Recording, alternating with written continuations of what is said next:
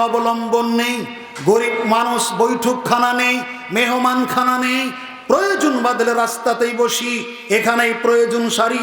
আল্লাহর নবী বলছেন রাস্তাতে যদি বসতেই হয় ফাতুত তারিকা হাক্কাহু, রাস্তার হক তোমরা আদায় করো।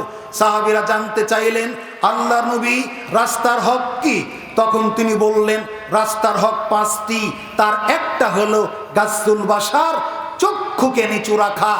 আমরা আপনাদের অনুরোধ করতে চাই রাস্তার ধারে আপনি বসার জায়গা বানাবেন না, পুকুর ঘাটের উপরে বসার জায়গা বানাবেন না, এখানে বসার জায়েজ নেই, এখানে বসা জায়েজ নাই। বসেছেন তো গতন্তর না থেকে, উপায়ান্তর না থেকে। মা গেল কিছুক্ষণ আগে, তাকেও এক নজর দেখলেন, কিছুক্ষণ পর মেয়ে যাচ্ছে একই রাস্তা দিয়ে, তাকেও দেখলেন। তা আপনার জন্য পৃথিবীর সব দেখা কি জায়েজ? চোখ আল্লাহ দিয়েছেন বলে একটু হারাম হালাল বাজ বিচার করবেন না? একটু চেষ্টা করুন। আল্লাহ নবী বলেছেন গাচ্চুল বাসার, চক্ষুকে অবনমিত রাখো। আপনাকে বলছিলাম লজ্জাস্থানের হেফাজতের কথা বলতে গিয়ে রাসূলুল্লাহ সাল্লাল্লাহু আলাইহি ওয়াসাল্লামকে জিজ্ঞেস করা হলো, আল্লাহ নবী আইয়ুন নিসায়ে খায়রুন, বলুন তো উত্তম মহিলাকে, কোন নারী উত্তম? তখন তিনি বলছেন শোনো, যেই নারীকে স্বামী আদেশ করার সাথে সাথেই পালন করে এই নারী হলো উত্তম। শোনো, স্বামী যখন বাড়িতে থাকে না, ওই মহিলা নিজের লজ্জাস্থানকেও হেফাজত করে, স্বামীর সম্পদকেও হেফাজত করে, এই নারী হলো উত্তম। তিনি বলছেন এই নারী হলো উত্তম। এরপর তিনি বলছেন এই নারী হলো জান্নাতি নারীর যত বৈশিষ্ট্য, এই নারীদের ভিতর সেই বৈশিষ্ট্য।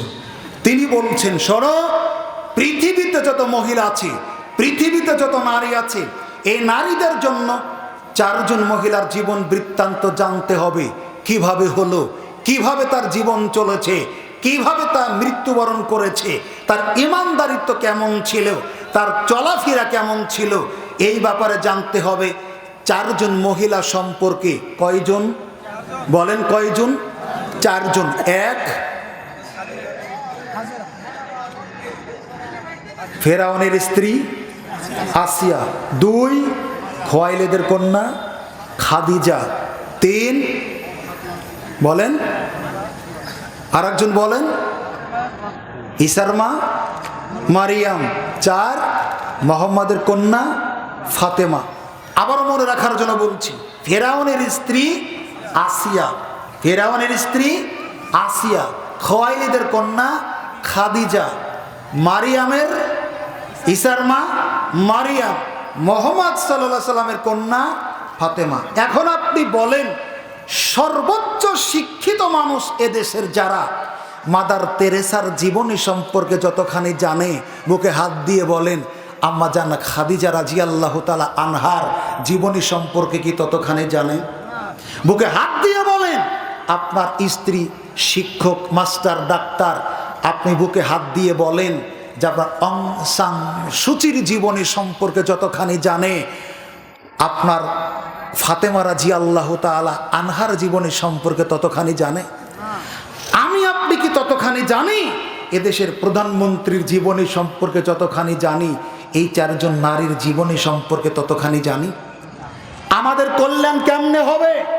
আপনি ইসলামী রাষ্ট্র কায়েম করার স্বপ্ন দেখছেন, ইসলামী আন্দোলন করছেন, এদেশের মাটিতে ইসলাম প্রতিষ্ঠা করবেন। ভাইয়ের আমার, আমরা তার বিরোধিতা করি না, আমরা আপনাদের সহযোগী। কিন্তু আপনার বিবেকের কাছে প্রশ্ন করতে চাই, মানুষকে কোরআন শিক্ষা না দিয়েই কি ইসলাম কায়েম করা যাবে? মানুষকে নামাজি না বানিয়েই কি ইসলাম কায়েম করা যাবে? মানুষকে সুদ থেকে দূরে না রেখে কি ইসলাম কায়েম করা যাবে? নারীদের পর্দার ভিতর না এনে কি ইসলাম কায়েম করা যাবে? এটা দুঃস্বপ্নই থেকে যাবে। পশ্চিমকালেও এই পরিস্থিতি ইসলাম কায়েম করা সম্ভব হবে না। আপনি কথায় কথায় বলছেন সারা দেশে 90% মুসলমান, কে বলেছে আপনাকে এই পরিসংখ্যানটা? মুসলমানের সংখ্যা কিভাবে নির্ণয় করলেন? সুন্নাতে খাতনা দিয়ে না কিভাবে আপনি এটা শনাক্ত করলেন? আল্লাহ রাসূল বলছেন, মান সাল্লা সালাতানা ওয়াস্তাকবালা কিবলাতানা ওয়া আকালা সাবাহাতানা, যারা আমাদের মতো সালাত আদায় করে তারা মুসলিম। আল্লাহর নবী বলেছেন, আল ফারকু বাইনানা ওয়া বাইনাল কুফরি ওয়া শিরকি তারকুস সালাহ। মুসলিম কাফের আর মুশরিকদের মধ্যে পার্থক্য করার মাপকাঠি হলো সালাত। যারা নামাজ পড়ে তারা মুসলিম, যারা নামাজ পড়ে না তারা হয় কাফের না হলে মুশরিক। একবারে পরিষ্কার কথা।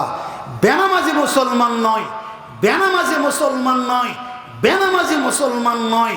যারা নামাজ পড়ে তারা মুসলিম, যারা নামাজ পড়ে না তারা হয় কাফের না হলে মুশরিক। নামাজ না পড়ে যারা মুসলিম দাবি করেন তারা ভুল বুঝেছেন, ভুল জেনেছেন, ভুল থেকে গেছেন। নামাজ না পড়ে মুসলমান হওয়া যায় না। নামাজ না পড়ে আওয়ামী লীগ হওয়া যায়, নামাজ না পড়ে বিএনপি হওয়া যায়, নামাজ না পড়ে জাতীয় হওয়া যায়, নামাজ না পড়ে জাসদ বাসদ কমিউনিস্ট হওয়া যায়, নামাজ না পড়ে জামাত ইসলাম হওয়া যায়, হিন্দু হলেও জামাত ইসলাম হওয়া যায়। কেমন মুসলমান হওয়া যায় না নামাজ না পড়লে? এতজন মানুষের 5-6 জনে বুঝতে পেরেছেন যে মুসলমান হলে নামাজ পড়া লাগে। আপনারা বোঝেননি এখনো, জীবনে শোনেননি, তাই না? সাকার নামক জাহান্নামে যাবে মানুষ 4টি পাপের কারণে। পড়ে দেখুন। তাদের জিজ্ঞেস করা হবে, মা সালাকাকুম ফিস সাকার, বলো তো হে সাকারের অধিবাসীরা কি করেছিলে পৃথিবীতে যার জন্য তোমাদের এখানে আসতে হয়েছে? তারা বলবে 4টি অপরাধের কথা। কয়টা? কথা বলেন, কয়টা? 4টা। প্রথমেই তারা বলবে ওয়াকালু লাম নাকু মিনাল মুসাল্লিন, আমরা দুনিয়াতে মুসল্লি নামাজি ছিলাম না। কি দিয়ে ঠেকাবেন আপনি? কিভাবে দাবি করেন নামাজ না পড়ে আপনি মুসলিম? আশ্চর্য। কিভাবে আপনি নিজেকে দাবি করেন আমি মুসলিম? আপনি বোকা, আপনি অযোগ্য, আপনি ভুল বুঝেছেন। মায়ের আমার, আপনি ফিরে আসেন। কষ্ট লাগে। যেই দিন দেখবেন মসজিদে ফজরের সালাতে 60% মুসলিম ফজর হয়ে গেছে, সেই দিন ইসলাম কায়েম হবে। এর আগে হতে পারে, তবে আমাদের দিয়ে নাও হতে পারে। আল্লাহ কাকে দিয়ে যে করাবেন এটা সিদ্ধান্ত তার, তবে আমাদের দিয়ে হবে না। বহু হাদিস আছে, আল্লাহ রাসূল স্পষ্ট বলেছেন, আল্লাহ মুসলিমদের ইসলামের খেদমত না নিয়ে কোনো ফাসিক ফাজেরকে দিয়েও নিতে পারেন। বহু হাদিস আছে। অতএব আবেগে ইসলাম মানবেন না।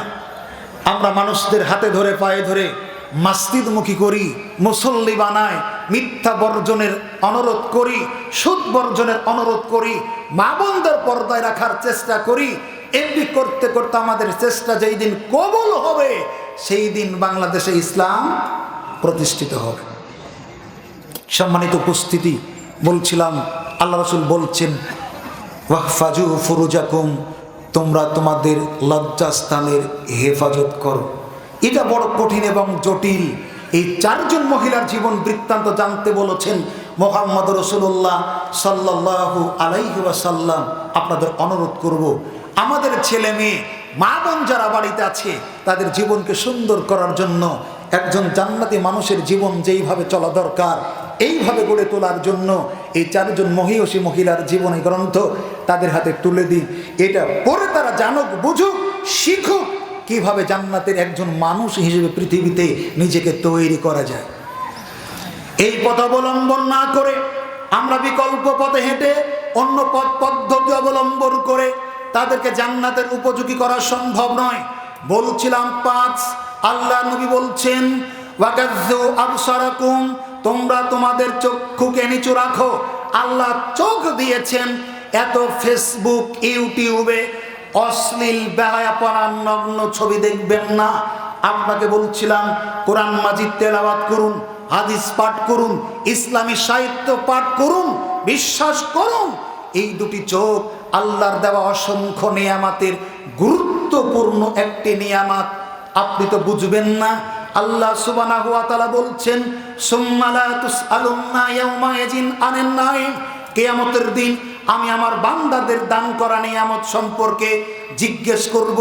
আবু সাঈদ খুদরি রাদিয়াল্লাহু তাআলা আনহু বলেন, একদিন ভর দুপুরে আল্লাহ নবী রাস্তাতে বের হলেন, সাক্ষাৎ পেলেন আবু বকর রাদিয়াল্লাহু তাআলা আনহুর তিনি জিজ্ঞেস করে জানতে চাইলেন, আবু বকর, যেই সময় মানুষ দুপুরের খাওয়া দাওয়া সেরে বিছানায় কাইলুলা করে, একটু গড়াগড়ি করে, সেই সময় তুমি তা না করে রাস্তাতে কেন বের হয়েছো? তখন তিনি বলছেন, আল্লাহর নবী, ক্ষুধার তীব্র যন্ত্রণা রাস্তাতে বের হতে আমাকে বাধ্য করেছে। জান্নাতের সুসংবাদ প্রাপ্ত 10 জন সাহাবীর প্রথম জনের নাম কি? বলেন না, প্রথম জনের নাম কি? যার জান্নাতের বন্দোবস্ত আছে, গ্যারান্টি আছে, অথচ তার পেটে খাবার নেই। তিনি তাকে সাথে নিয়ে চলছেন। সাক্ষাৎ হলো উমারের। তিনিও রাস্তাতে, তিনি জিজ্ঞেস করে জানতে চাইলেন, কি ব্যাপার উমার, যেই সময় মানুষ দুপুরে খাওয়া দাওয়া করে বিছানায় গড়াগড়ি পাড়ে, এই সময় তুমি রাস্তাতে কেন? ওমারও একই কথা বলছেন, আল্লাহর নবী, ক্ষুধার তীব্র যন্ত্রণায় রাস্তাতে বের হতে আমি বাধ্য হয়েছি। একই জ্বালায় তিনি বের হয়েছেন। তখন তিনি পাল্টা জিজ্ঞেস করছেন, আল্লাহর নবী, আপনি তো আমাদের কথা শুনলেন, আমাদেরকে বোঝালেন, দুপুরের সময় মানুষ খাওয়া দাওয়া করে বিছানায় গড়াগড়ি করে, আপনিও তো খাওয়া দাওয়া করে গড়াগড়ি করতে পারতেন, আপনি কেন রাস্তাতে এসেছেন? তখন আবু বকর ওমরকে লক্ষ্য করে বলছেন, আল্লাহর নবী, আবু বকর, ওমর, তোমরা যেই যন্ত্রণা রাস্তাতে বের হয়েছো, আমি নবী মুহাম্মদ রাসূলুল্লাহ সাল্লাল্লাহু আলাইহি ওয়াসাল্লাম একই কষ্টে রাস্তাতে বের হয়েছি। তিনজন একত্রিত হয়ে আবুল হাইসাব নামক সাহাবীর বাড়িতে গেলেন। দরজার এক সাইডে দাঁড়িয়ে সালাম দিলেন। 1 2 3 বার সালাম দিয়ে অনুমতি চাইলেন। সালামের জবাব দেওয়া হলো না। প্রবেশ করার অনুমতিও তিনি পাইলেন না। ফিরে যাচ্ছেন। আবুল হাইসামের স্ত্রী চিৎকার করে ডাক দিয়ে বলছেন, আল্লাহর নবী, দয়া করে আপনি ফিরে যাবেন না, আমাদের বাড়িতে তাশরিফ আনবেন। আল্লাহর নবী তখন বললেন, তাহলে আমি সালাম দিলাম, জবাব দিলে না কেন? তোমাদের বাড়িতে ঢোকার অনুমতি